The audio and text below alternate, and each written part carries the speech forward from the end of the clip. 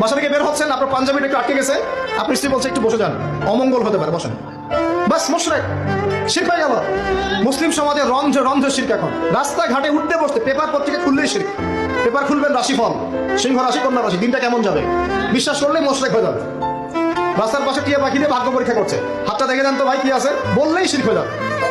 আংটি বিক্রি করছে, আংটি পড়লে রোগ ভালো হবে, হাতে দিল রোগ ভালো হবে এই উদ্দেশ্যে, মুশরিক।